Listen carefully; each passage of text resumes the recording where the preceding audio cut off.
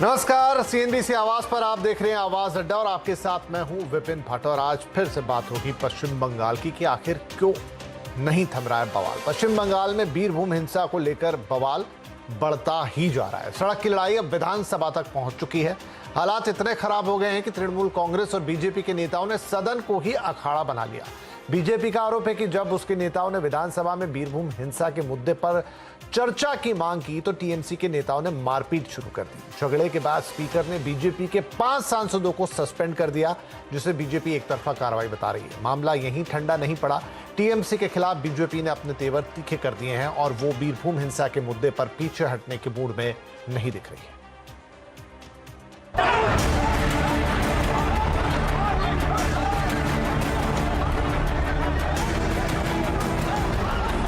पश्चिम बंगाल विधानसभा के अंदर की इन तस्वीरों ने एक बार फिर से लोकतंत्र को शर्मसार कर दिया है। बीरभूम हिंसा के मुद्दे पर तृणमूल कांग्रेस और बीजेपी के विधायक आपस में भिड़ गए। नौबत हाथापाई तक आ गई। बीजेपी का आरोप है कि जब उसके विधायकों ने बीरभूम हिंसा के मुद्दे को लेकर सदन में चर्चा की मांग की तो तृणमूल कांग्रेस के विधायक भड़क गए और बीजेपी विधायकों के साथ मारपीट शुरू कर दी। बीजेपी के विधायक मनोज तिग्गा हमले का शिकार हुए। वे खुद इसकी तस्दीक कर रहे हैं। हम लोग मुख्यमंत्री का हम लोग यहाँ पर विपरीत चाह रहे थे। जो घटना घटा रामपुर हाट में हम लोग स्पीकर को बोल रहा था, लेकिन टीएमसी के कुछ गुंडा विधायक आकर के सब मेरा शर्ट ये सब छीट दिया। यहाँ पर हमको धक्का मारा, घुसी मारा। ये सब देखिए मेरा ये सब हम लोग का गणतांत्रिक पद्धति से हम लोग अंदर में बोल रहे थे कि मुख्यमंत्री का विवृत्ति चाहिए, लेकिन हठात टीएमसी का कुछ विधायक आकर के मुझे टान करके ये सब हमारा सब शर्ट छीट दिया। झगड़े के बाद बीजेपी के विधायकों ने सदन से वॉकआउट कर दिया और विधानसभा के बाहर विरोध प्रदर्शन किया। बीजेपी ने इस घटना को संसदीय लोकतंत्र के इतिहास में काला दिन बताया। वहीं विधानसभा में विपक्ष के नेता शुवेंदु अधिकारी ने केंद्र सरकार से इस मामले में हस्तक्षेप करने की मांग की है। गांव का जो माहौल है, जो गुंडागर्दी रामपुर हाट में भादु शेख अनारुल हुसैन ने कर रहा था, ठीक अंदर में भी एक ही हालत बना दिया। तृणमूल पार्टी, पुलिस और आपने गुंडा एमएलए लेकर यहाँ बंगाल में जो हालत है, इसमें सेंट्रल गवर्नमेंट को इंटरवेंशन चाहिए। 356 और 355 दे विल डिसाइड। जानकारी के मुताबिक मारपीट में टीएमसी के विधायक आसिफ मजूमदार को नाक पर चोट आई है। इस घटना के बाद स्पीकर ने 5 बीजेपी विधायकों को सस्पेंड कर दिया, जिनमें शुवेंदु अधिकारी, मनोज तिग्गा, दीपक बर्मन, शंकर घोष और नरहरि महतो के नाम शामिल हैं। बीजेपी अपने विधायकों पर एक तरफा कार्रवाई को लेकर सवाल उठा रही है, लेकिन टीएमसी नियमों का हवाला देकर स्पीकर की कार्रवाई को सही ठहरा रही है। There are rules. They should have been ousted from Vidhan Sabha, not suspended only. Because the basic character is BJP is to create riots. I am afraid another Boktu is not going to happen because they have closed the Vidhan Sabha. 21 मार्च को बीरभूम के रामपुर हाट में TMC नेता भादु शेख की हमले में मौत के बाद हिंसा भड़क गई थी, जिसमें 9 लोग मारे गए थे। बीजेपी और कांग्रेस हिंसा के लिए तृणमूल कांग्रेस को जिम्मेदार ठहरा रही हैं। दोनों पार्टियों ने राज्य में राष्ट्रपति शासन लगाने की मांग भी की है। मामले की जांच के लिए ममता सरकार ने एक एसआईटी बनाई थी, लेकिन कलकत्ता हाईकोर्ट के आदेश के बाद फिलहाल सीबीआई इस मामले की जांच कर रही है। सवाल ये है कि बीरभूम हिंसा के बाद क्या ममता सरकार बैकफुट पर आ गई है? क्या बंगाल की राजनीति में खून खराबे का ये खेल जारी रहेगा और सत्ता और विपक्ष के बीच ये तल्खी ऐसे ही बनी रहेगी? तो जिनसे कानून व्यवस्था के बारे में सवाल किए जा रहे थे, जिनको उनके जवाब देने थे, वही आज विधानसभा में यानी कि विधान बनाने वाले लोग आपस में ही लड़ लिए। अब ये कहाँ जाएगा, ये इसका क्या मैसेज हम ले, ये अलग बात है। लेकिन आज की चर्चा की शुरुआत करते हैं। चर्चा में हमारे साथ शामिल हो रहे हैं भारतीय जनता पार्टी के प्रवक्ता गुरु प्रकाश पासवान, टीएमसी समर्थक बादल देवनाथ, राजनीतिक विश्लेषक शिवम त्यागी, राजनीतिक विश्लेषक तौसीफ अहमद खान, वरिष्ठ पत्रकार हर्षवर्धन त्रिपाठी और राजनीतिक विश्लेषक अजीत सिंह कटारिया। आप सभी का बहुत बहुत स्वागत है। हालांकि बादल साहब अभी तक मुझे स्क्रीन पर दिखाई नहीं दे रहे हैं, उनका होना शुरू से जरूरी था क्योंकि उन्हें सारी चीजें सुनना जरूरी है। जवाब उनसे भी मांगे जाएंगे, लेकिन गुरु प्रकाश पासवान साहब हैं इस समय। गुरु साहब, अब क्योंकि ये झगड़ा हुआ है और दोनों के अलग अलग वर्जन है, टीएमसी का अपना वर्जन है, आपका अपना वर्जन है, लेकिन मैं जानना चाहूंगा कि भारतीय जनता पार्टी की आधिकारिक राय क्या है आपके मुताबिक? आज क्या हुआ सदन में? देखिए भट्ट जी, सबसे पहले तो ये हमें समझने की आवश्यकता है कि आज जो विधानसभा में हुआ, ये संवैधानिक आदर्शों का, लोकतांत्रिक मूल्यों को शर्मसार करने वाली दुर्घटना है। हमारे संविधान के निर्माता, चाहे बाबा साहेब अम्बेडकर हों या सरदार पटेल हों, वो लोग दूरगामी थे। उनका विजन था, उनका फोरसाइट था। उन्होंने कभी ये कल्पना नहीं की होगी कि विधानसभा में ये होगा। स्पीकर क्या होता है भट्ट जी? स्पीकर एक संवैधानिक पोजीशन होता है और स्पीकर को तटस्थ रहना होता है, स्पीकर को पक्षपात नहीं रहना होता है। आज के दिन वीडियो में स्पष्ट रूप से कहा गया है, और ये हमारा पक्ष नहीं है, हमारा वर्जन नहीं है, जब वहां के विधानसभा अध्यक्ष ये कह रहे हैं कि भाजपा के विधायकों को ढूंढो, भाजपा के विधायकों को मारो, तो ये लोकतांत्रिक मूल्यों का गला घोटना है। और ये आज की बात नहीं है। अगर आप जब से पश्चिम बंगाल में ममता दीदी की सरकार पुनः वापस बनी है, 2 मई की घटना की तरफ मैं आपका और आपके दर्शकों का ध्यान आकर्षित करना चाहता हूं। खेला होबे के नाम पे पश्चिम बंगाल की सड़कों पे जो तांडव किया गया था, हम भूल जाएंगे क्या? और ऐसा हम नहीं कह रहे हैं, ऐसा एनएचआरसी ने कहा है, नेशनल ह्यूमन राइट्स कमीशन, जो कि हिंसा के बाद वहां इंस्पेक्शन के लिए गई थी। राष्ट्रीय मानव अधिकार आयोग ने यह स्पष्ट कहा है कि बंगाल में रूल ऑफ लॉ नहीं है, लॉ ऑफ द रूलर है, तानाशाही है, डिक्टेटरशिप है।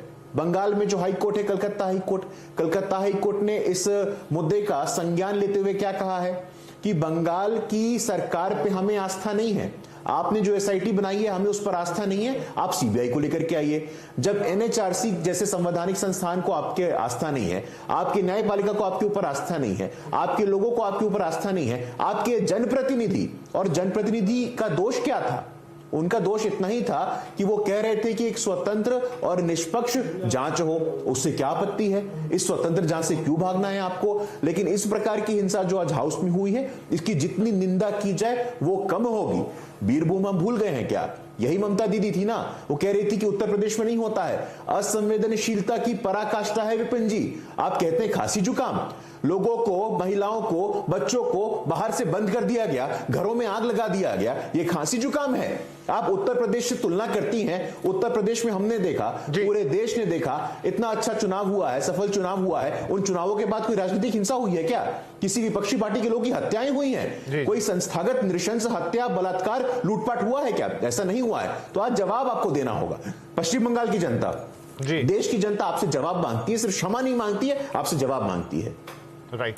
अजीत साहब, जो हुआ है, और अभी तो हमने बात गुरु प्रकाश साहब की सुनी, और अगर हम माने भी, और जिस तरह से उन्होंने कहा वो स्पीकर का अगर ऑन रिकॉर्ड है उस तरह की कोई आवाज हो, तो ये तो फिर काफी शर्मनाक स्थिति बनती है। और यूं भी अगर किसी भी विधानसभा के अंदर या किसी भी संसद के अंदर से इस तरह के दृश्य आए, तो जो नीचे बैठे लोग हैं, मतलब जो जनता है जो उन्हें चुन के वहां भेजती है, उन्हें बहुत अफसोस होता है।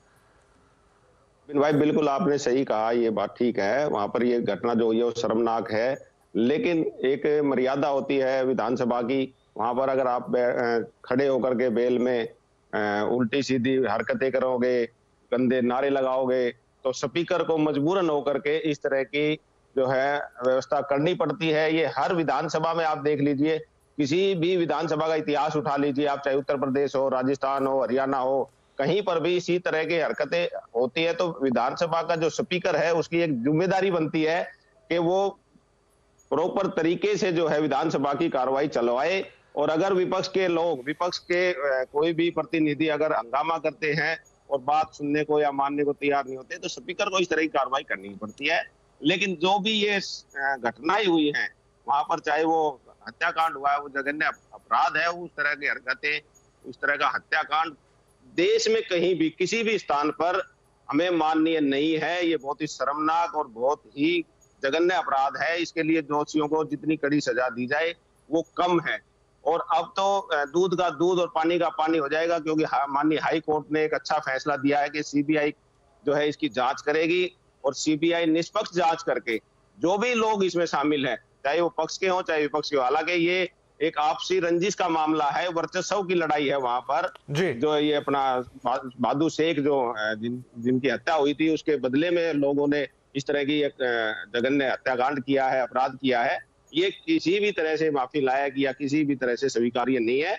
और इसमें सीबीआई जो है वो अपना काम प्रॉपर तरीके से नहीं, करेगी। उस पे आएंगे, बिल्कुल बिल्कुल नहीं, वो तो फिर से चर्चा का विषय है, उस पर्टिकुलर मामले पे तो हम आते ही हैं दोबारा। लेकिन हर्ष, मुझे ये आज की चीज को काफी तकलीफ दे रही है।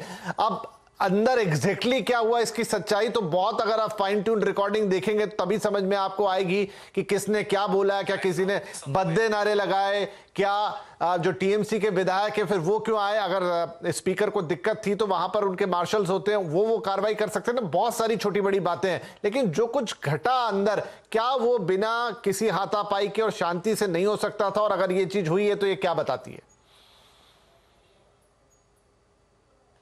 विपिन जी, मुझे थोड़ा सा, मैं ये कहूँगा, इस पूरी घटना को छोड़ दें तो मैं ये कहूँगा कि जो दिल्ली में बैठे हुए पत्रकार साथी हैं उनसे हाथ जोड़ के विनम्र निवेदन है कि अब बंगाल बचाना बंद कर दें। इस डर से बंगाल बचाना बंद कर दें कि वहाँ भारतीय जनता पार्टी की सरकार बन जाएगी और इतनी बेशर्म और इस तरह की सरकार वहाँ चल रही है, वहाँ नृशंस हत्याएं हो रही हैं। और अगर हम ये कहने लगें, ये एक नैरेटिव चला है, तृणमूल कांग्रेस के प्रवक्ताओं ने शुरू किया, फिर दुर्भाग्य से सब ये कहने लगे कि ये कुछ लोकल वर्चस्व की लड़ाई है। लोकल वर्चस्व की लड़ाई नहीं है। बंगाल में जो संगठित अपराध होता है, उस आपराधिक हिंसा का ये मामला है। और वो आपराधिक हिंसा कहां तक जाती है, मैं अपने YouTube चैनल पर जब ये बात करता हूं तो अक्सर मैं उसके वीडियो और चित्र डालता हूं। इसकी हिम्मत नहीं हुई मेरी डालने की, कलेजा मुंह को आता है। और उनकी आप तस्वीरें देखेंगे ना तो बहुत सी महिलाओं के बदन पे कपड़े नहीं हैं और वो कपड़े जले हुए नहीं हैं। इसका मतलब क्या हुआ? इसका मतलब ये हुआ कि जो कुछ उस समय हुआ था, जो कुछ बागतुई गांव में हुआ था, वो दुनिया को अगर पता चले तो शायद ज्यादातर लोगों की मानसिक दशा खराब हो जाएगी। ज्यादातर लोगों को डॉक्टरों के पास जाना पड़ेगा। इस तरह का नृशंस जघन्य हत्याकांड हुआ और उसके पहले क्या क्या हुआ इसकी कल्पना नहीं की जा सकती।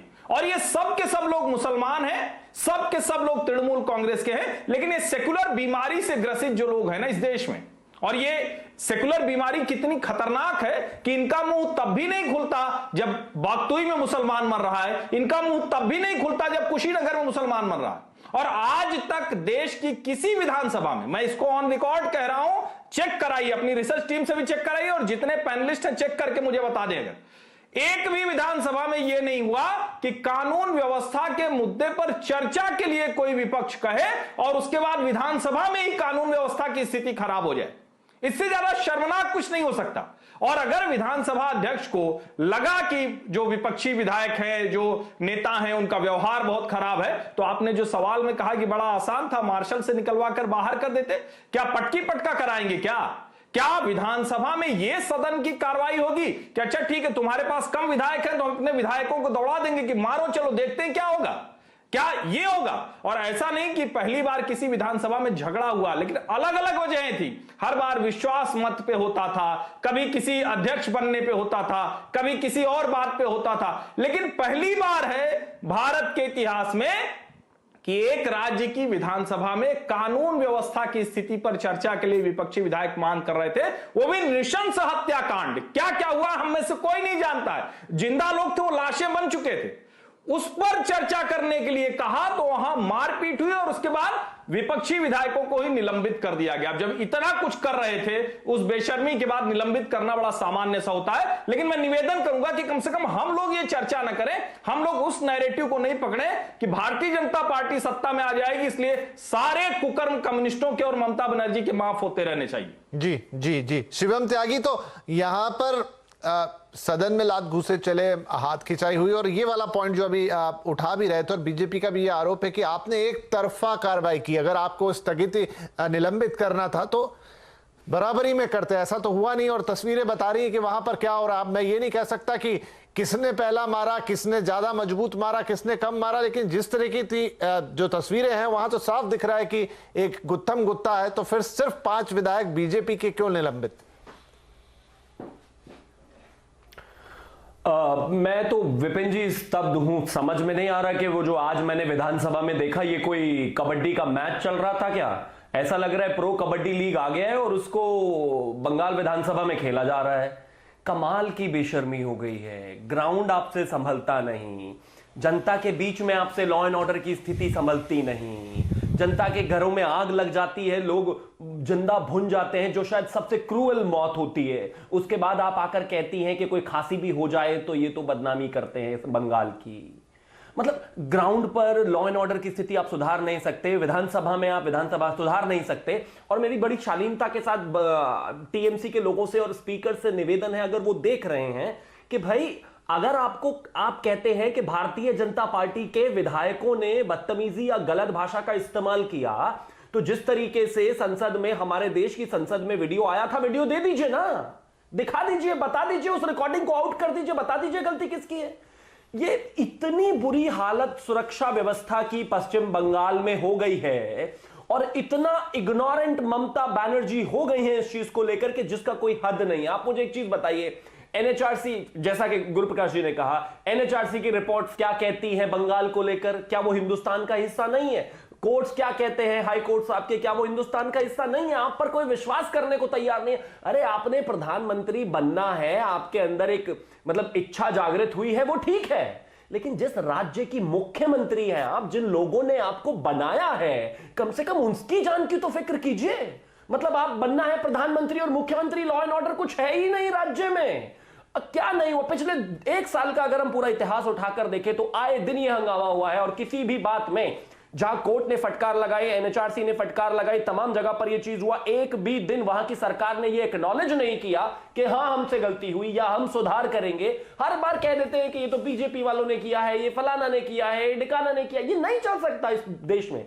हम एक लोकतांत्रिक देश में रहते हैं और मेरे देश में अगर एक राज्य के विधायक और मंत्री इस तरीके से लड़ेंगे लोकतंत्र में, तो आने वाला देश में क्या देखेगा कोई? बच्चे क्या देखते हो? ये रिप्रेजेंटेटिव है लोगों के, ये तो एक गली के गुंडे से ज्यादा बुरी हालत करके रखी हुई है। वीडियो देखिए किस तरीके से बीजेपी के विधायक को पकड़कर खींचा जा रहा है और आप कहते हैं इसके बाद के हम कुछ करेंगे, देश में राजनीति बदलेंगे, मोदी जी को हटा देंगे। अरे हटा देना मोदी जी को, जब कर पाओगे कर लेना।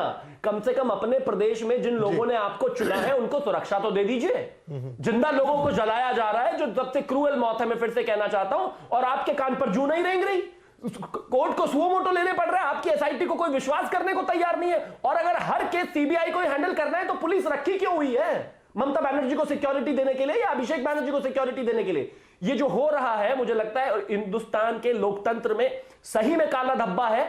आप अगर इस तरह से व्यवहार करेंगे तो ये देश के लिए अच्छा नहीं है और बंगाल के लिए तो बिल्कुल अच्छा नहीं है। जी बिल्कुल। और बंगाल में जो लॉ एंड ऑर्डर की बात है वो हमने पिछले शो में भी बात की थी और उसको तो जो एक एड्रेस मिलना चाहिए था वो तो हुआ नहीं और आज जो घटना घटी इससे और कई सवाल खड़े होते हैं। पासवान साहब, तो क्या अब भारतीय जनता पार्टी का यहां से क्या मूव रहेगा? क्योंकि जिस तरह के हालात आज हमने विधानसभा में देखे, बाहर उससे भी खराब हालात है। ऐसे में अब जब वहां आप मुख्य विपक्षी पार्टी हैं, आपका क्या अप्रोच बनेगा यहां से? देखिए विपिन जी, एक तो हमें पृष्ठभूमि समझने की आवश्यकता है। यह संस्थागत हिंसा होता क्या है? जब state lead violence, state sponsored violence होता है तो केंद्र सरकार क्या कर सकती है और इसके पीछे की पृष्ठभूमि क्या है? यदि आप आंकड़ा देखेंगे तो आपको स्वयं पता चल जाएगा कि पिछले 10 दिनों में 26 पॉलिटिकल मर्डर्स हुए हैं, 26 राजनीतिक हत्याएं हुई हैं। और ये सिर्फ एक स्थान पे हुआ ऐसा नहीं है। मेरे पास आंकड़ा हमारे सामने है और आपके दर्शकों का ध्यान में आकर्षित करना चाहता हूं। पनीहाटी 2, कोलकाता 2, डेगंगा 1, हरिश्चंद्रपुर 1, झारग्राम 1, मतबंग 1, इच्छापुर 1, बारानगर 1, जालदा 1, बीरभूम 13। तो जब सरकार का मोडस ऑपरेंडी ही वायलेंस का हो जाए, जब जो संवैधानिक संस्थान है वो आपके विरोध में हो जाए, तो निश्चित रूप से केंद्र सरकार के स्तर पे बीरभूम के विषय में केंद्रीय गृह मंत्रालय से सिचुएशन को मॉनिटर किया जा रहा है। प्रधानमंत्री मोदी जी ने ऑन रिकॉर्ड संवेदना प्रकट की है। लगातार केंद्र सरकार की तरफ से, वो चाहे सीबीआई की इंक्वायरी हो या सेंट्रल एजेंसीज की इंक्वायरी हो, हम ये सुनिश्चित करेंगे कि बीरभूम की नृशंस हिंसा में, संस्थागत हिंसा में जो लोग भी लिप्त थे, और जैसा कि पहले भी बताया गया, ये टीएमसी के अपने कार्यकर्ता थे, ऐसा नहीं कोई भारतीय जनता पार्टी का कार्यकर्ता था। तो जो हिंसा का तांडव पश्चिम बंगाल पूरे प्रदेश में चल रहा है, ऐसा हम आगे नहीं चलने देंगे। केंद्र सरकार पूरी मुस्तैदी के साथ इस सिचुएशन को मॉनिटर कर रहा है और जो भी अक्यूज्ड होंगे, जो भी दोषी होंगे, उनके खिलाफ सख्त से सख्त कार्रवाई की जाएगी। जी अजीत जी, क्या ये हम कह सकते हैं कि पश्चिम बंगाल में जो लॉ एंड ऑर्डर की सिचुएशन है और जिस सरकार को संभालना है, उसके अंदर एक अजीब सी हट धर्मिता दिखाई देती है? चाहे आप आज का मामला लीजिए या जो जब से घटना घटी है तब से जिस तरीके की अप्रोच रही है पश्चिम बंगाल सरकार की या उसकी पूरे सिस्टम की, एक ऐसा लगता है कि ममता बनर्जी या तो बहुत हटी में आ गई हैं या थोड़ा एक इगोस्टिक अप्रोच हो गया है और ना उनके विधायक मानने को तैयार है। मारपीट की बात है सीधी, बाहर भी अंदर भी। देखिए विपिन भाई, ये बिल्कुल इसमें कोई दो राय नहीं है। वहां पे कानून व्यवस्था कुछ खराब है, इसमें शक नहीं है। मैं इन बातों से सहमत हूं कि वहां पे कानून व्यवस्था खराब है, क्योंकि तभी तो जगन्य इस तरह के अपराध हुए हैं वहां पर, इसमें कोई दो राय नहीं है। लेकिन पूरी सरकार को या पूरे सिस्टम को अगर हम ध्वस्त कर देंगे, खराब बता देंगे, हमें कानून पर भरोसा रखना चाहिए। माननीय हाई कोर्ट ने देखिए सीबीआई की जांच की इंक्वायरी करने के लिए कहा है और सीबीआई जांच जो है अभी चल रही है। अब सीबीआई जो है वो केंद्र सरकार के अधीन है, इसकी पूरी तरह से निष्पक्ष जांच कराई जाएगी और जो भी रिपोर्ट कोर्ट के सामने रखी जाएगी उस पर फैसला होगा। वही बात कानून व्यवस्था की, कानून व्यवस्था इसमें मैं आपको कह रहा हूं भाई, है वहां पर कानून व्यवस्था खराब, क्योंकि वहां की जो भौगोलिक स्थिति है या सामाजिक जो स्थिति है वो इस तरह की है कि वहां पर आपसी झगड़े, दंगे फसाद आज से नहीं, ये बहुत पुराने पिछले 30, 40, 35 साल से जब कम्युनिस्ट सरकार थी तब भी और आज भी हो रहे हैं, इसमें कोई दो राय नहीं है। लेकिन धीरे धीरे सुधार पूरे देश में हुआ है, पश्चिम बंगाल में भी होगा। और रही बात ममता बनर्जी को हर तरह से कटघरे में अगर खड़ा करेंगे तो उनको जिम्मेदारी तो खैर ममता बनर्जी को लेनी पड़ेगी, क्योंकि सरकार की जिम्मेदारी होती है एक लॉ एंड ऑर्डर को कंट्रोल करना, कानून व्यवस्था को संभाल के रखना। और कहीं पर भी अगर किसी तरह का अपराध होता है तो वहां का पुलिस प्रशासन और सरकार की जिम्मेदारी है। और ममता बनर्जी ने देखिए वहां पर जो पुलिस अधिकारी थे उनको सस्पेंड किया है, प्रशासनिक अधिकारी सस्पेंड किए गए हैं और अब सीबीआई जो है जांच कर रही है, वो सरकार के अधीन है, केंद्र सरकार के। पूरी तरह से जो है वो निष्पक्ष जांच होगी, उसमें जो भी निकल करके आएगा, जिसने भी अपराध किए हैं उनको सख्त से सख्त सजा दिलाने का काम सीबीआई करेगी। हमें सीबीआई पे और कोर्ट पे पूरा भरोसा है। अगर मान लीजिए राज्य सरकार पे भरोसा मत कीजिए, मैं भी कहता हूं मत करो, लेकिन हमें माननीय उच्च न्यायालय पे और सीबीआई पे पूरा विश्वास होना चाहिए कि जो भी वहां पर अपराधी हैं, जिन्होंने ये जघन्य, मैं कहता हूं बहुत बड़ा जघन्य अपराध है ये किया है, उनको सख्त से सख्त फांसी की सजा जल्दी से जल्दी मिले, ये सीबीआई को और हाई कोर्ट को तय करना चाहिए। जी, तो शायद यही बात आज बीजेपी के विधायक सदन में कह रहे होंगे और नारेबाजी कर रहे होंगे, जो अंदाज रहता है सदन का, लेकिन उस पे हाथापाई चले। विपिन भाई विधानसभा के अंदर क्या हुआ, ये बिल्कुल हर्षवर्धन जी की बात ठीक है कि ना तो हम वहां पे थे ना आप थे, लेकिन वहां पर ठीक है, वहां पर जो हुआ है वो भी असहनीय है। वो इस तरह की हरकतें वहां पर नहीं होनी चाहिए। ये काम सरकार का है कि भाई विधानसभा को प्रॉपर तरीके से चलाया जाए, स्पीकर की और सरकार की जिम्मेदारी है। वो किस तरह से वहां पे अव्यवस्था हुई वो जो है आने वाले दिनों में जांच हो जाएगी। शिवम त्यागी कुछ कहना चाह रहे थे। हाँ शिवम। नहीं, मैं तो बड़ी कटारिया जी इज डिफेंसिंग द इंडिफेंसिबल। मेरी तो आपसे हाथ जोड़कर विनती है, आप हमें बस इतना बता दीजिए कि कितने और लोगों को जिंदा जला दे ताकि उसके बाद कह सके कि सरकार की जिम्मेदारी जलाने के पक्ष में, मतलब अगर आप अपने आप को सुनेंगे तो मैं आपसे बीच में इसीलिए नहीं चिल्लाया था मैं, क्योंकि मैं चाहता था कि अनइंटरप्टेड टाइम आपको मिल जाए, अनइंटरप्टेड मुझे मिल जाए। प्लीज आप मुझे मौका दीजिए। मैं आर्ग्यूमेंट में नहीं जाना चाहता, मुझे अपनी बात रखने दीजिए, बोलने दीजिए, वक्त है हमारे पास, शो में हम बात करेंगे। लेकिन मैं नहीं चाहता, नहीं समझ आती। सुन लीजिए फिर आप जवाब दे दीजिएगा। मैं सिर्फ इतना कहना चाहता हूं कि हम बता दीजिए आप हमें और इस देश की और प्रदेश की, वेस्ट बंगाल की जनता को, कि कब तक हम सरकार को क्रिटिसाइज नहीं कर सकते। ये कहते हैं कि हां वहां पर तो कमी है, कांग्रेस के दशक से ही कमी रहती है, मतलब ठीक है, तो अगर वहां पर हत्या लूटपाट की प्रवृत्ति है तो सरकार कुछ नहीं कर सकती। आपको किस लिए लेकर आए थे ममता बनर्जी को? जब रॉयटर्स के बिल्डिंग में सीपीएम के गुंडों ने, सीपीएम के गुंडों ने बाल पकड़कर खींचकर इतनी दूर तक घसीटा था, उन्हीं चीजों पर आई थी ना ममता बनर्जी सरकार में, और आज वही कर रही है। फिर क्या बदलाव देखा जनता ने? उत्तर प्रदेश में भी किस तरीके से गुंडागर्दी चरम पर हुआ करती थी। माननीय योगी जी आए, चीजें बदली, आप बदलना ही नहीं चाहते, आप तो उसी सिस्टम का हिस्सा बन गए। और दूसरी बात, आप कहते हैं कि हमें सीबीआई पे भरोसा है, हमें कोर्ट पे भरोसा है। अगर सीबीआई और कोर्ट को ही राज्य चलाना है तो फिर राष्ट्रपति शासन क्यों ना लगा दें? क्योंकि मुख्यमंत्री को तो करना है पूरे देश का दौरा, सब जगह उनको घूमना है, अपना पॉलिटिकल ब्रांडिंग करनी है, और यहां पर अपने राज्य में कुछ देख नहीं पा रहे हैं। शासन लागू करना चाहे तो आप कर दीजिए। कमाल की बात है, अधिकार सबका है, मुख्यमंत्री का भी कुछ अधिकार है कि नहीं है? या सिर्फ अपने भतीजे को मुख्यमंत्री बनाना ही एकमात्र एजेंडा है? आपकी कुछ जिम्मेदारियां हैं कि नहीं है? मुख्यमंत्री को और तो कराइए ना फिर, आपके कहने से क्या होता है? अरे लोग जिंदा जलाए जा रहे हैं भाई, महिलाएं जिंदा जलाई जा रही हैं, 2 साल के बच्चे जिंदा जला दिए गए, और आप टीवी पर बैठ कर डिफेंड करने की हिम्मत रख रहे हैं इस बात की। सोचिए अगर ये उत्तर प्रदेश में होता तो क्या होता? पूरे देश में 50 से ज्यादा अवार्ड वापस हो जाते, पूरे देश में दिन रात न्यूज कवरेज उसकी चल रही होती। बंगाल में है तो कोई बात ही नहीं करता। होता है तो सरकार को सख्त कार्रवाई करके कानून व्यवस्था लागू करनी चाहिए, और वहां पर शांति बनी रही, ये व्यवस्था चाहिए। तीसरा टर्म आ गया, तीसरा टर्म आ गया, दिल्ली से रिटर्न फ्लाइट लीजिए और अपने राज्य की हालत ठीक कीजिए। कब करेंगे? 10 साल से ज्यादा मुख्यमंत्री को प्रशासनिक अनुभव है ममता बनर्जी को, क्यों नहीं करते? क्योंकि आप गुंडों को संरक्षण दे रहे हैं, क्योंकि मारने वाले टीएमसी वाले ही हैं, क्योंकि एनएचआरसी पर हमला करने वाले टीएमसी के गुंडे हैं, क्योंकि सीबीआई की टीम पर हमला करने वाले टीएमसी के गुंडे हैं, जो लोग पलायन चलिए अजीत भाई, शिवम भाई, मैं आप दोनों के पास फिर से आऊंगा क्योंकि काफी 1-to-1 जैसा हो। एक ही बिरादरी के लोग थे, ये भी मैं आपको बता दूं, कोई वहां पर जातीय हिंसा नहीं। बात बिरादरी, जातीय हिंसा क्या होती है वो बिल्कुल, यहाँ बिरादरी कहां से आ गई?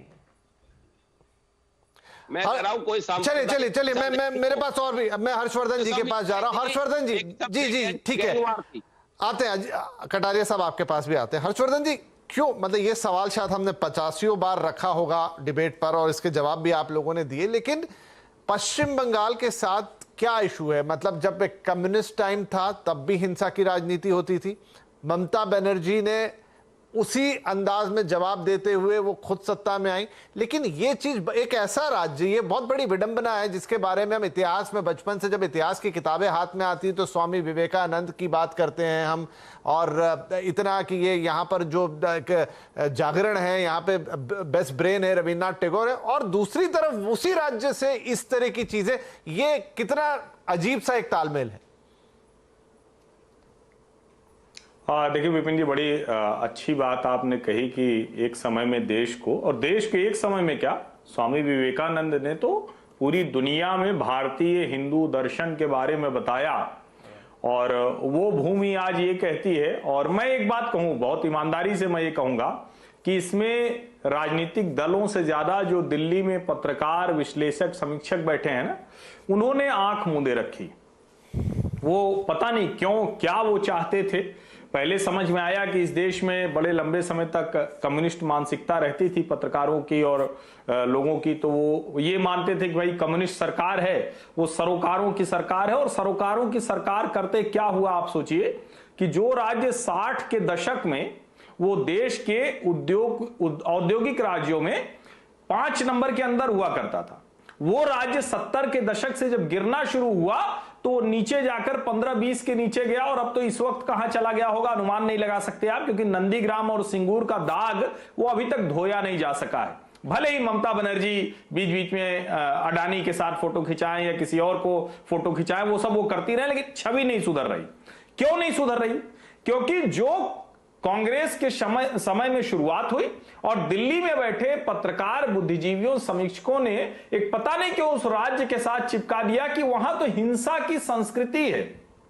अब आप सोचिए, जिस राज्य ने भारत में, दुनिया में भारत की संस्कृति के बारे में बताया, जहां के बारे में कहा जाता था शानदार लेखक, साहित्यकार, कलाकार, बढ़िया लोग, सामाजिक आंदोलन चलाने वाले लोग, सामाजिक कुरीतियों को दूर करने वाले लोग, ऐसे लोगों की भूमि, आध्यात्मिक चेतना वाली भूमि, वहां क्या कह दिया गया कि यहां कल्चर ऑफ पॉलिटिकल वायलेंस है।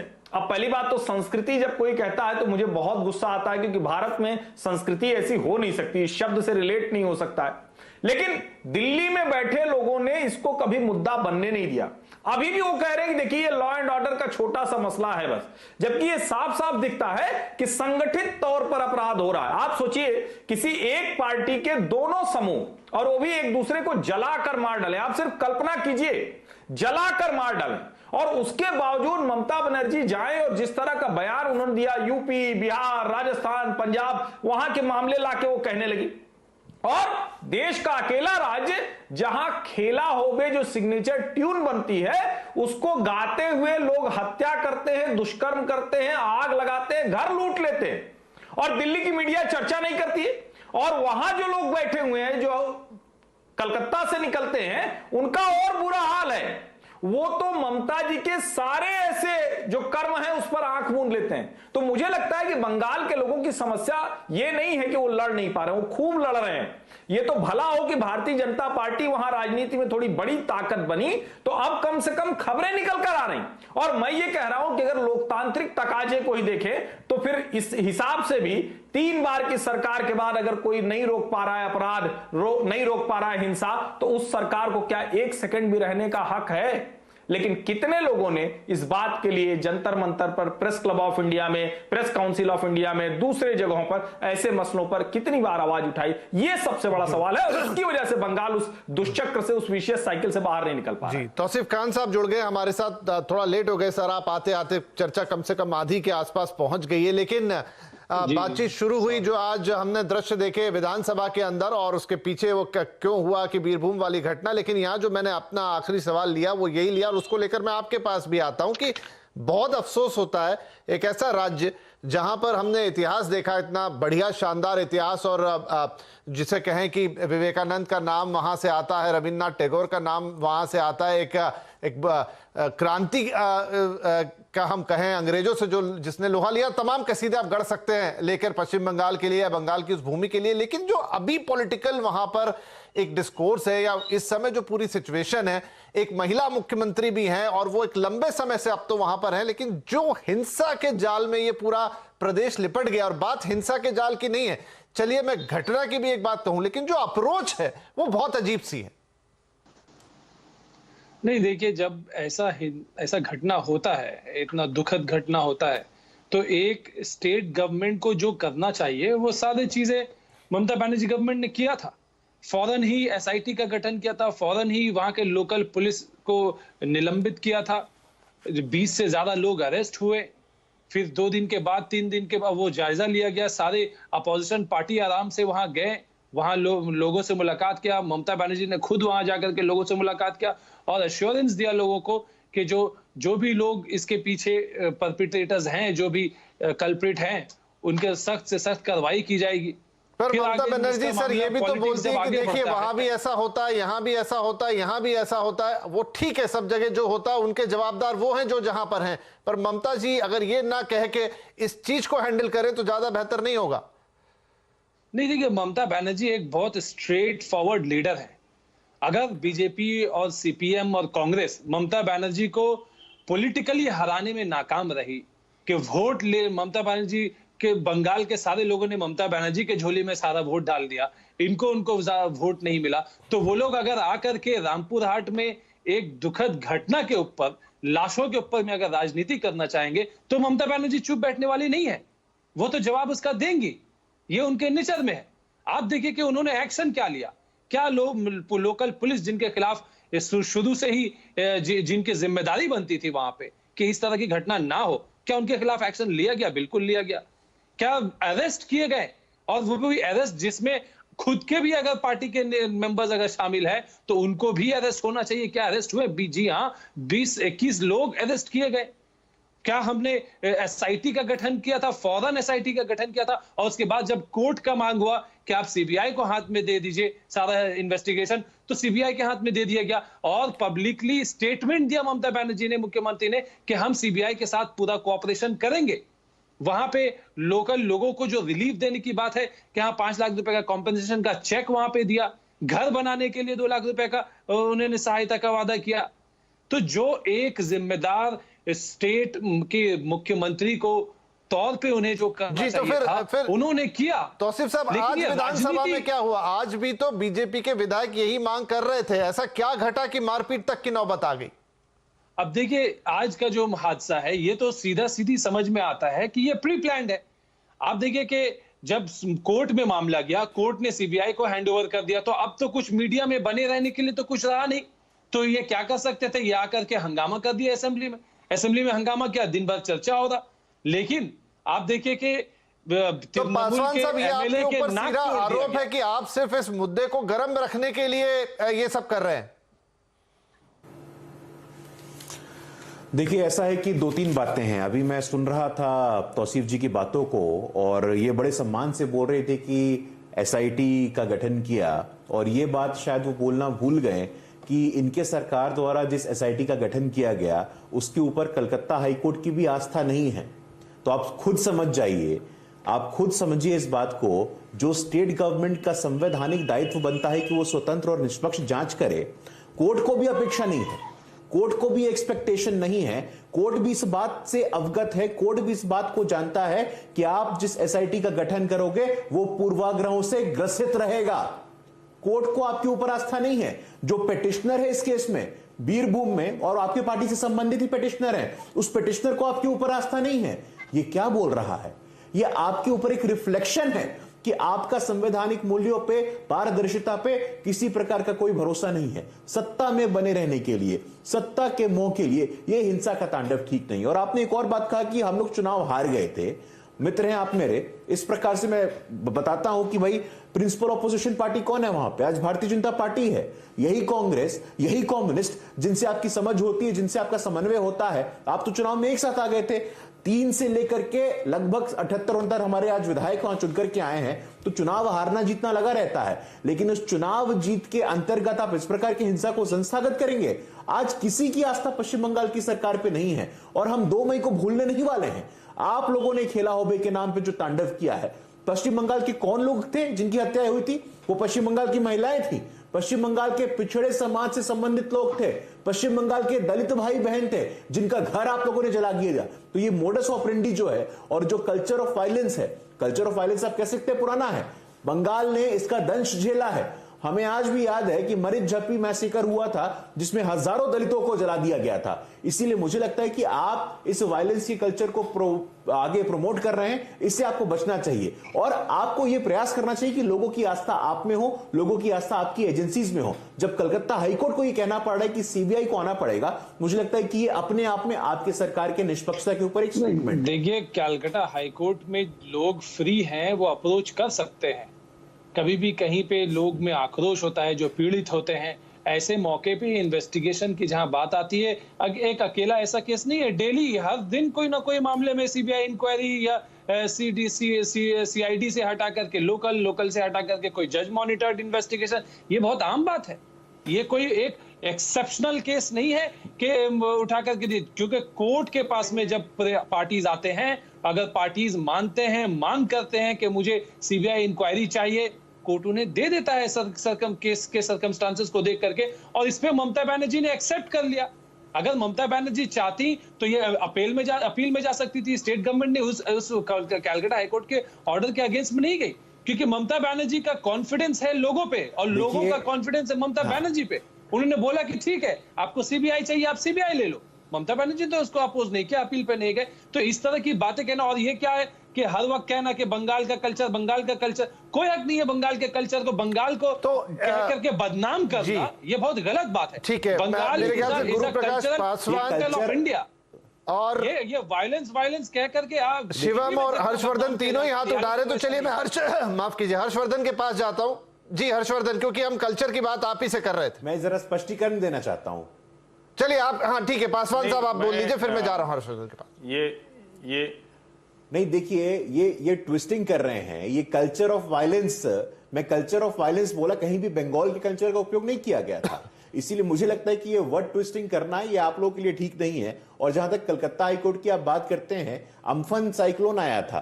अम्फन साइक्लोन का जो स्कैम हुआ था, उसमें भी कलकत्ता हाई कोर्ट को यह कहना पड़ा था कि सीएजी इस का इंक्वायरी करेगी, इसका इन्वेस्टिगेशन करेगी, तब भी आपने विरोध किया था। तो ये कोई एक्सेप्शनल घटना नहीं है। कलकत्ता हाई कोर्ट को आपके इंडिपेंडेंस के ऊपर पहली बार संदेह हुआ है, पहली बार शंका हुआ, ऐसा नहीं है। ये बहुत लंबे समय से चला आ रहा है। और जब भी किसी स्वतंत्र संवैधानिक स्वायत्त संस्थान को आपके ऊपर भरोसा ना हो, आपकी विश्वसनीयता जब कटघरे में खड़ा हो, तो आत्ममंथन करने की आवश्यकता आपको है। चलिए ठीक है, मुझे एक ब्रेक लेना होगा। समय मैंने देखा नहीं, लेकिन एक समय का वक्त हो गया, या ब्रेक का एक वक्त हो गया है। उसके बाद उस चर्चा को आगे बढ़ाता हूं। हर्षवर्धन, जो सवाल मैं आपके पास लेकर आने वाला था, और फिर वही कि घूम फिर के या तो हम वही बात करते रहेंगे, लेकिन क्या इसका एक हल निकल सकता है? क्या यहां से परिवर्तन की हवा आ सकती है? वो परिवर्तन राजनीतिक तौर पे ही होगा या जनतांत्रिक तौर पे होगा? वो जनता की तरफ से आवाज आएगी? होगा कैसे? उसकी भी थोड़ी सी बातचीत करने की कोशिश करेंगे। एक छोटा ब्रेक ले रहे हैं, ब्रेक के बाद बातचीत जारी रहेगी।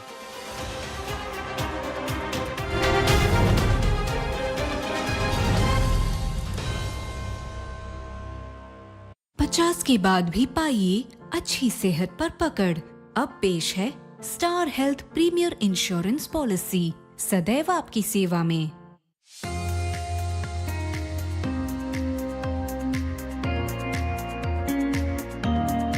A miniature ode to heaven on earth.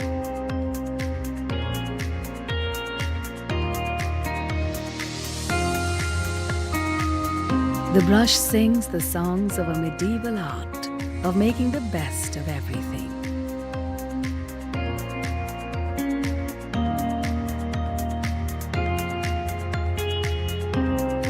The mystic colors shaded in by a Sufi saint, illuminated with brilliant gold and silver. The epic battles of a bygone age. The flowers and leaves that still stand proud, drawn with a free flair. Each a new, unique story. A touch of Mughal charm in your home.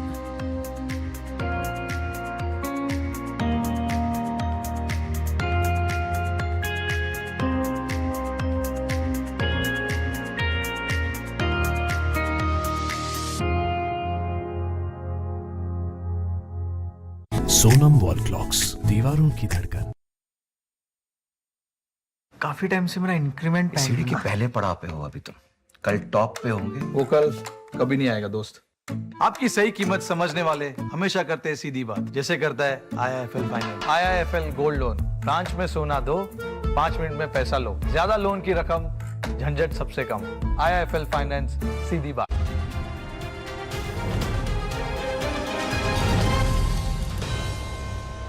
Welcome back. आवाज अड्डा में बात हो रही है बंगाल में हो रही हिंसा के बाद आज जो विधानसभा में बवाल हमने देखा, और बीरभूम की घटना के बाद आज जिस तरह की हरकत हमें नजर आई विधानसभा में, जिसने सबको शर्मिंदा भी किया और अफसोस भी यहाँ पे होता है, और उसी पर अब हम बातचीत भी कर रहे हैं, क्योंकि ओवरऑल बात चली जाती है बार बार बंगाल के ऊपर, वहाँ की राजनीति के ऊपर, वहाँ की मानसिकता के ऊपर।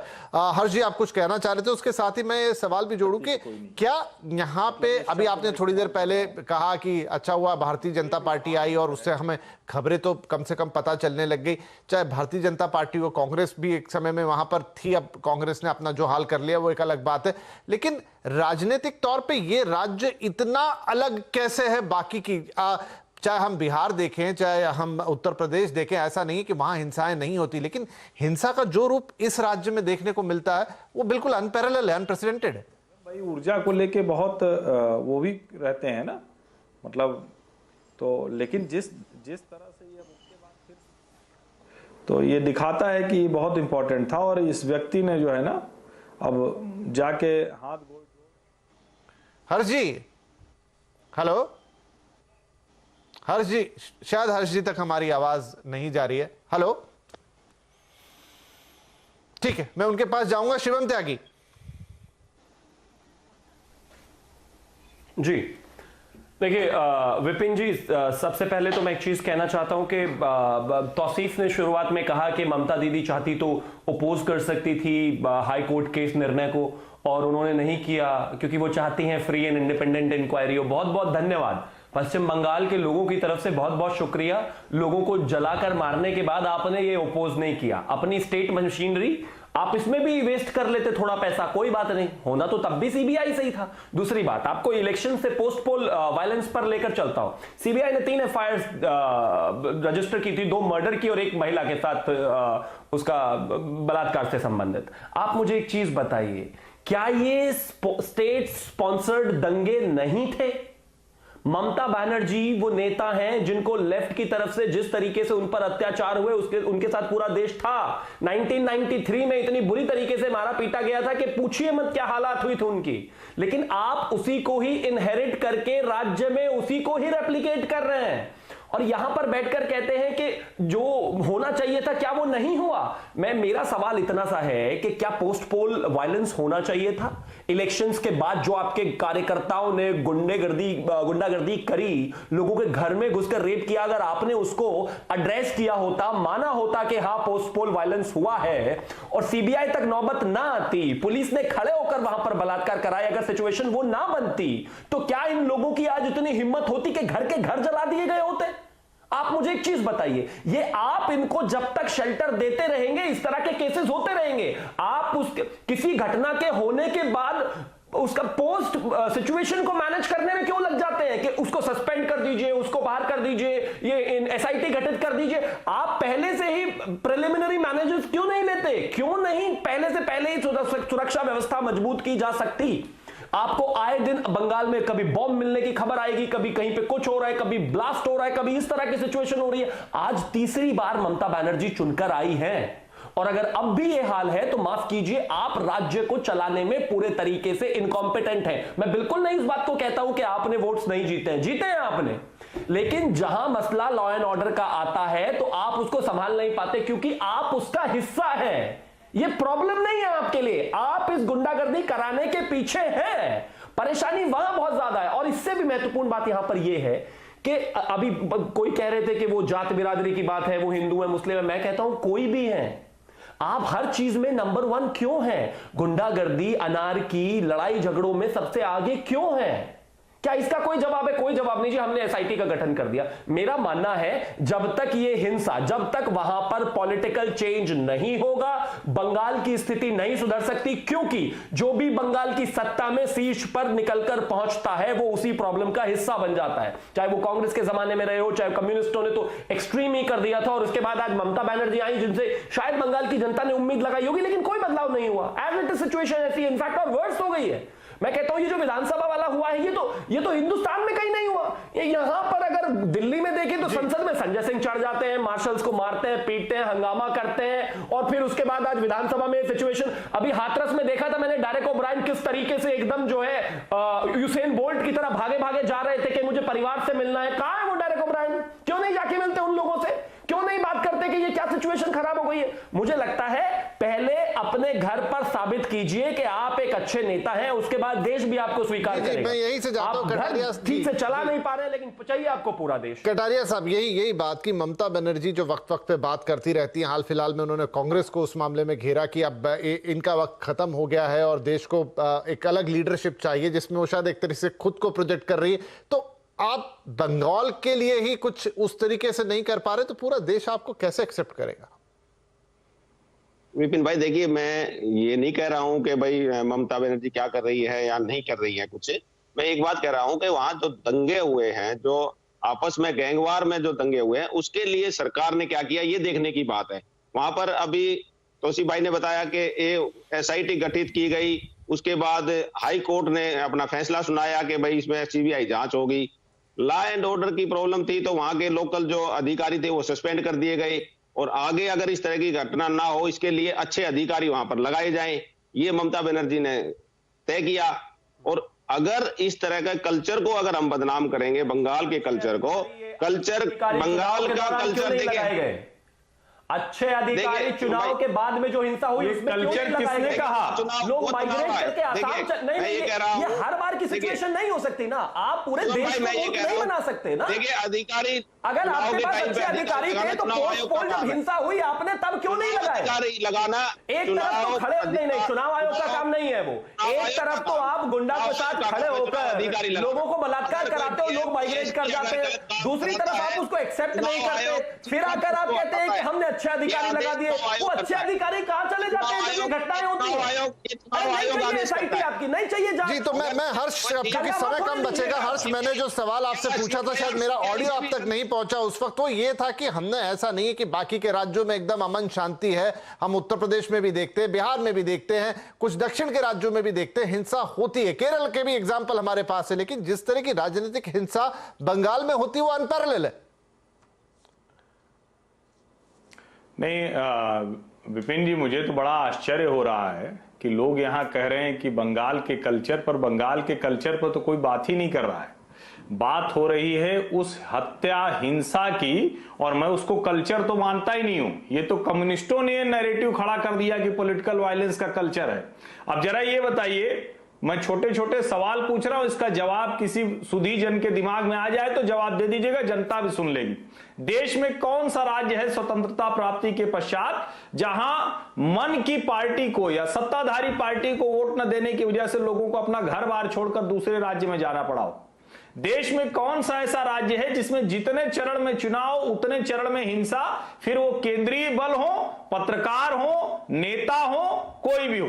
देश में कौन सा ऐसा राज्य है जहां बिना इंटरवल के, बड़ी बड़ी फिल्में इंटरवल की होती हैं, लेकिन यहां तो बिना इंटरवल के फिल्म चल रही है, कोई महीना नहीं बीतता जब वहां कोई आत्महत्या नहीं कर लेता, किसी की हत्या नहीं हो जाती, किसी को तालाब में डुबा दिया जाता है, किसी के घर पे बम डाल दिया जाता है।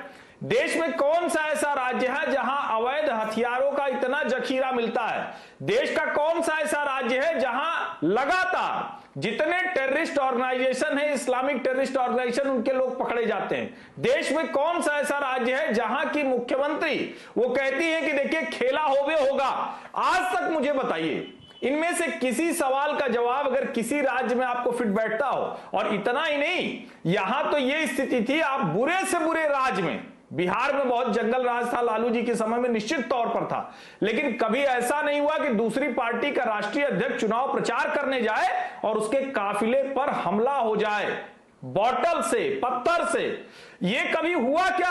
आप फिल्म देखकर लौट रहे हैं तो रास्ते में आपको लोग पकड़ लेंगे और मारने की कोशिश करेंगे, भले आप सांसद हैं। किस राज्य में देश के हुआ? और लोग इसको जनरलाइज कर रहे हैं, सामान्यीकरण कर रहे हैं। शर्मनाक हरकतें बंद कीजिए, देश ये सब देखता सुनता है। जी तौसीफ साहब, क्या मैं ममता बनर्जी के हिसाब से एक समय में उन्होंने ये भी कोशिश की थी कि वो बहुत एक प्रोग्रेसिव मंत्री के, अभी थोड़ी देर पहले शायद आप उस समय तक जुड़े नहीं थे तो हर्ष बात भी कर रहे थे उस समय कि वो अपनी छवि की ऐसी पोस्टरिंग है, उन्होंने काम भी किया होगा, चलिए मैं उसके लिए मना नहीं करता कि उन्होंने प्रदेश के विकास के लिए नहीं सोचा होगा, लेकिन वो इस चीज से अपनी छवि को परिवर्तित करके या राज्य की छवि को परिवर्तित करने का कोई प्रयास होता क्यों नहीं दिखता? बिल्कुल प्रयास हो रहा है। अगर अपोजिशन वालों से क्या आप उम्मीद करते कि वो देश के हमारे ममता बनर्जी के काम को गिनाएंगे टीवी पे आके? उनका तो काम ही है कि है ना सर, आप बुराई करना। जी जी आप बताइए प्लीज। चाहे वो अगर आप इकोनॉमिक पॉलिसीज की बात करें, चाहे आप वो विमेन एम्पावरमेंट को लेकर के जो ममता बनर्जी ने स्पेशल स्कीम्स लगाए हैं, उनको पुरस्कार भी मिला यूनाइटेड नेशन से, ये सारी बातें हैं, हमेशा हम लोग चर्चा करते हैं। लेकिन बंगाल को अभी इस तरीके से बनाया गया है, खासतौर पे टीवी पे जब चर्चा होता है, क्योंकि नेशनल पॉलिटिक्स में हिंदी बेल्ट में इस तरीके से दिखाया जाता है जहां पे बीजेपी को फायदा होने का चांसेस है, क्योंकि बीजेपी प्रेडोमिनेंटली एक हिंदी स्पीकिंग पार्टी के तौर पे देखी जाती है, तो वो उत्तर के राज्यों में उनको परफॉर्मेंस बेहतर लेकिन होगा। अभी जो मैंने खुद ने सवाल पूछा कि बंगाल, बिहार की बात कर लीजिए, उत्तर प्रदेश की बात कर लीजिए, केरल की बात कर लीजिए, देश के किसी भी राज्य की बात कर लीजिए, ऐसा नहीं कि किसी भी राज्य में एक तरफा शांति, हिंसा की घटनाएं वहां भी होती, जघन्य अपराध तक होते हैं, लेकिन जैसा बंगाल में देखते हैं वैसा नहीं होता। मैं उसी की बात कर रहा हूं। क्या उससे बाहर आने का कोई प्रयास, ठोस प्रयास होता हुआ दिखता है? अगर अगर आप सत्ता खास के तौर पे संरक्षण रामपुर में हाट की ऐसा बात अपराध करेंगे, इस तरह का कहीं तो नहीं हो रहा। अच्छा देखिए, महाशय को बोलिए थोड़ा सा खामोश रहे। देखिए मैंने देखा है, नोटिस किया है कि जब कोई दूसरा बोलता है तो ये बीच में नहीं वो मेरे मैं जब बोल रहा था तभी वो बोले, आप बोले, आप बोलिए। अरे नहीं तो महाशय, अभी कोई अगर आप नहीं बोलते, आप देखेंगे कि खामोशी आप जरा रखिए। अच्छा, कोई और बीच में नहीं बोलते। मैं महाशय झूठ का मत वर्ड इसलिए बोलिए, यूज किया क्योंकि मेरे सामने कोई झूठ मत स्क्रीन नहीं बोलिए। है। इस तरह से मेरे शर्मनाक सामने- व्यवहार टीवी पे मत कीजिए। हत्या को आप डिफेंस करेंगे, ये देखिए, हत्या को ये आप देखिए, हत्या के साथ, ये हत्यारों देखिए, के साथ खड़े हो जाएंगे। ये देखिए, थोड़ा तो ये शर्म देखिए, कीजिए। ये देखिए, ये देखिए, देखिए नहीं चलिए ठीक है, आप बोलिए, आप बोलिए। तो वो देखिए जनता उसको डिसाइड कर लेगी। अभी देखिए अगर आप रामपुर हाट की बात करते हैं जहां पे इस तरह का दुखित घटना हुआ और इससे शर्मसार, मतलब इतना कंडेमनेबल, इतना हॉरिफिक और कोई घटना हो ही नहीं सकता जैसा रामपुर हाट में हुआ। उसके बाद ममता बनर्जी ने पूरा फ्री हैंड दिया। अभी 10 दिन का सैनिटाइजेशन प्रोग्राम किया, एक स्पेशल इनिशिएटिव लेकर के कि उस इलाके में स्कैनिंग की जाए, उस पूरे डिस्ट्रिक्ट में स्कैनिंग की जाए कि इस तरीके से अगर कोई इलीगल एक्टिविटीज में ये मुझे बताया कि फिर जो आज विधानसभा, ठीक है मैं वो बात मान रहा हूं, आपने पहले भी कही, लेकिन आज जो विधानसभा में देखा कि अगर 5 या 10 विधायक खड़े होकर कुछ एक बात कर रहे थे तो फिर उन पे हमला। और अगर मुझे नहीं पता ये कितना सच है नहीं, यहाँ पर बोला शायद गुरु प्रसाद जी ने बोला कि वहां पर स्पीकर ने बोला कि भाई इनको बीजेपी वालों को ढूंढो और इनको मारो। नहीं देखिए, एक हादसा होता है, कुछ भी होता है घटना अंदर में, असेंबली के अंदर में, वहां पे ठीक बीजेपी वालों ने एक वीडियो बनाया और बीजेपी आईटी सेल ने उसको अपने ट्विटर में डाला और उसके बाद जो बीजेपी का ट्रोल आर्मी जितना है, मीडिया सेल वाले सब उसमें एक्टिव। ये क्यों किया जाता है आप इसको समझिए, ये एक षड्यंत्र के थ्रू किया जाता है। मैं मान भी लेता हूँ सर, षड्यंत्र है, मैं मान लेता हूँ कि षड्यंत्र है, पर पांचों के पांचों आपने बीजेपी के विधायकों को गलती निकाला। देखिए टीवी में आज आप हम बैठ के ये चर्चा नहीं करते कि पेट्रोल और डीजल का दाम बढ़ रहा है, वो भी करते हैं सर, सामान बढ़ रहा है, अलग अलग स्लॉट में अलग अलग शो होते हैं, वो भी चर्चा होती है। चली जाए, प्राइम टाइम को पे जलाकर मार दिया जाए और अभी को पेट्रोल डीजल के दाम पर चर्चा करनी। आज तो किसी को जलाकर नहीं मारा गया, बहस कर रहे हैं आज तो एक जी बोलिए, ढूंढा गया, थोड़ा तो शर्म करें, ढूंढा गया, थोड़ा तो शर्म करिए। स्टेट के देश के लोगों को, बंगाल को आप इस तरह से चित्रित कर रहे हैं, इतनी शर्मनाक हरकतें करके भी आप करें पेट्रोल डीजल की बात करनी, उसके लिए अलग से बात हो जाएगी ना। रामपुर हाट का इंसिडेंट देश के जो गृह मंत्री अमित शाह, चलिए क्योंकि मेरा समय वायलेंस नहीं है, मेरा समय समाप्त हो रहा है, लेकिन मैं तौसीफ खान साहब और बाकी तमाम जो भी गणमान्य लोग बैठे हैं, एक ही बात कहूंगा। देखिए चाहे हम बॉम्बे में बैठ के शो कर रहे हैं, चाहे दिल्ली में बैठ के शो कर रहे हैं, चाहे राजनीतिक पार्टी का कोई भी समीकरण हो, आपके मन में क्या है, किसी के मन में क्या है, लेकिन अभी तो हमने वही बात की जो आज घटते हुए देखी। और अगर देखी तो आपसे भी सवाल पूछा, देखी तो उनसे भी सवाल पूछा, और उस पर भी जो बड़ा सवाल था, जो हम कह रहे हैं ना कि ठीक है आप बंगाल को स्वर्ग बना दीजिए, लेकिन वहां पर ये जो पर्टिकुलर हिंसा है जिसका मैंने कहा कि कोई और पैरेलल उदाहरण फिलहाल देखने को नहीं मिलता है, उससे बाहर निकलने के प्रयास अगर दिखेंगे तो आपकी भी उसमें तारीफ होगी और वो बात भी ऑन रिकॉर्ड इन शोज में जाएगी। और नहीं होगी तो फिर सवाल उठने लाजमी भी हैं, दोनों तरफ से आएंगे। ठीक है, बहुत शुक्रिया आप सभी लोगों का। और अभी ये मुझे लगता है कि बात यहीं खत्म नहीं होगी, ये मुद्दा गर्म रहने वाला है और लंबी बातचीत होगी। हम फिर मिलकर बैठेंगे और आगे के सवालों को भी उठाएंगे, तब बिल्कुल पूरे जवाब दीजिएगा, हम जरूर सुनेंगे, देश की जनता सुनेगी। नमस्कार।